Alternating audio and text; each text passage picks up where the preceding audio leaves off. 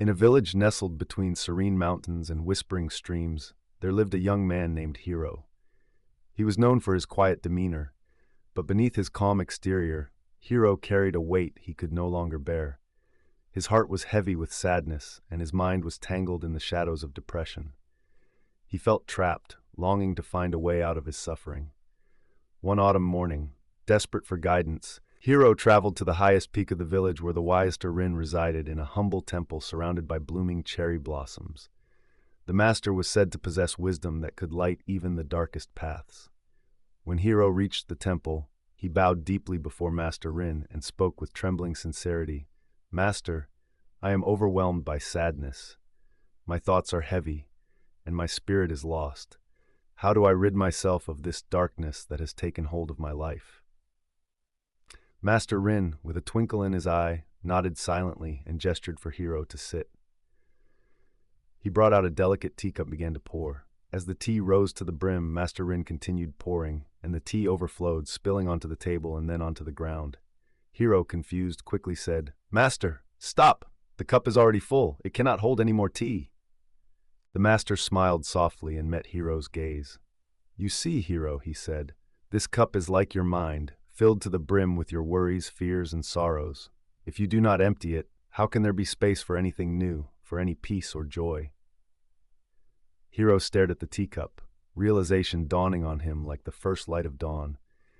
He understood that his mind was cluttered with the stories he kept telling himself, the regrets of the past, the anxieties of the future, the self-criticism that filled every corner of his heart. "But how do I empty my mind, Master?" he asked, his voice tinged with both hope and doubt. Master Rin reached out to a cherry blossom drifting to the ground and held it gently. "Each morning," he said, "sit quietly and breathe. With every breath, let go of one leaf of sorrow, one petal of pain.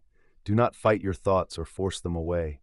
Instead, watch them fall like autumn leaves, letting each one drift naturally from your mind." As the days turned into weeks, Hero followed the master's words. He sat by the temple each morning, listening to the whispers of the wind, watching as each breath lifted a small piece of his burden away. His sadness was still there, but it no longer overwhelmed him. It became like the ebb and flow of the tide, present but not permanent. One crisp evening, Hero returned to Master Rin, a gentle smile upon his face and a lightness in his eyes that had not been there before. "Master," he said, bowing once more, "I have learned that my depression was like the night, deep and endless, but always followed by the dawn.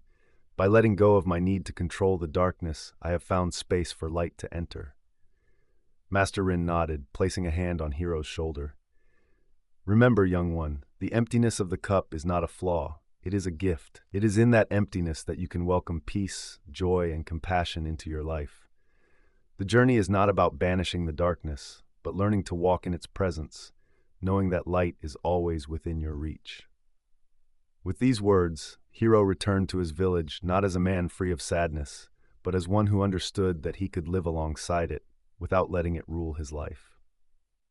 He learned that to remove depression was not to erase it completely, but to make room for hope, kindness, and the ever-renewing possibility of a brighter tomorrow. And from that day forward, Hero carried his life like an empty cup, ready to fill it with the beauty, grace, and light that every new day offered.